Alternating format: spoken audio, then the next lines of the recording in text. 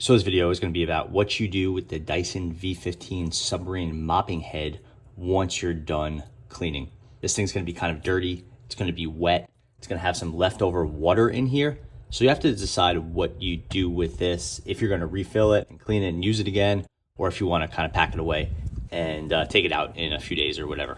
Here it is, just finished mopping. I put it down in the tray, which is a good thing to do just so it's not dripping all over the place. You don't want to put the wet mop down on your floor, could damage the floor or just, create a mess. And this thing is going to get a little bit dirty. So the first thing you can do is just rinse this out and set it aside. That's really it. Not much there.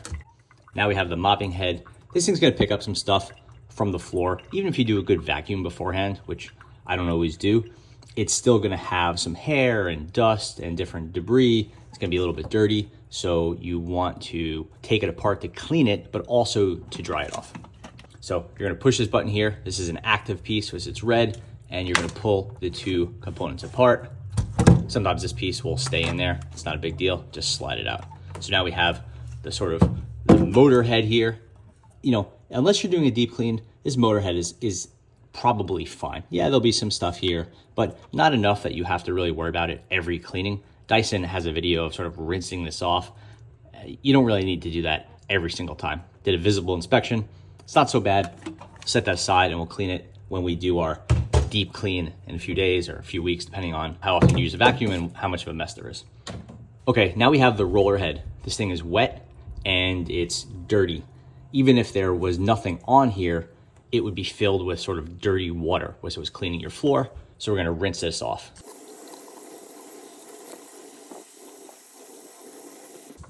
Again, this is just a normal cleaning in between deep cleans, and you don't have to go too deep now. We'll do a deep clean at a later date. Mainly what you're trying to do here is rinsing it off until this thing runs clear. It's not like dirty water coming out of here, and then you wanna squeegee this off the best you can. It's not gonna get it perfectly dry, but you're gonna get the majority of water out there. Just kind of squeegee it with your hand. You don't have to push too hard, but you do have to do multiple squeegees, and you'll get it to a state where it's essentially damp.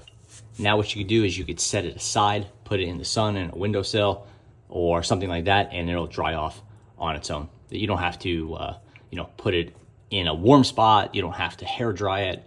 It'll dry off on its own, and that being a slow process is completely fine. Okay, that's set aside. Now we have this unit. First thing we could do is we'll empty the reservoir. You could honestly fill the reservoir if you're going to use this again soon. Let's just assume you're not going to use this for a week, 2 weeks, whatever. Might as well empty the reservoir, get all that water out of there. It only takes a second to fill next time. This water is completely clean.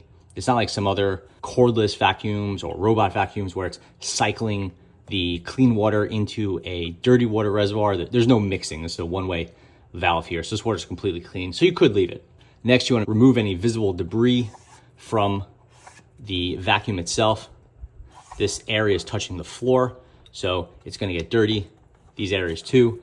They're going to get some hair on them, some sand, pet stuff, food, depending on where you went, how dirty the house was, and all that. Now you want to remove this piece right here.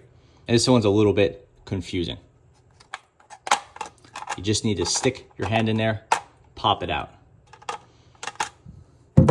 It's red, which is an active piece, but I'm always looking for a button, and this one doesn't have a button. This thing acts as a squeegee, so it does always pick up a little bit of stuff, and you probably want to wash this one off. That's it. Just takes a second. Shake it dry. Doesn't have to be dry. And now we have down here, this is a little area that picks up some junk. This thing you could just rinse off.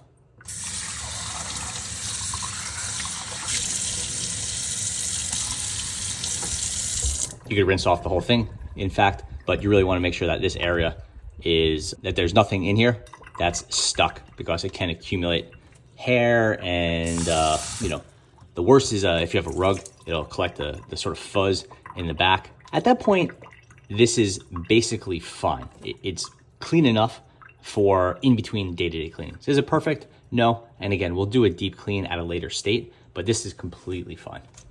So I'll put this one back together. It goes in here with these little tabs are facing out, little tabs here, little tabs here, and we will slide this in.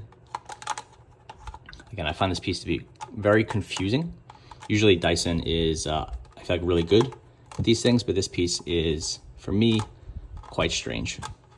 But slide it in, fits in just like that. Very simple. This piece, when you're putting it back, you can see one side has sort of steps here. The other side does not have those steps. The steps go towards this right here. The steps go in, and then it'll have a nice little pop action as you get towards the end. Now we're gonna combine the two pieces. Again, typically you would wait till this was completely dry, but let's make believe that this is dry enough. And we'll slide the two pieces back together. Basically, this rail right here, this long rail, starting at this arrow, is going to slide in this rail piece right here. So it's actually a very secure fit, even if it's a little bit confusing the first few times you do it. And it'll have a little bit of resistance at first, and now there'll be no side to side or lifting motion, which is on that rail. It'll pop in, and now our Dyson V15 Submarine cleaning head is ready for another cleaning. This wasn't the deep clean. We'll do another video on that, but this is going to get you through most of your cleaning and your day-to-day and week-to-week cleaning. This is all you need. So we're good to go now, and follow up for more Dyson V15 Submarine videos. Thanks for watching.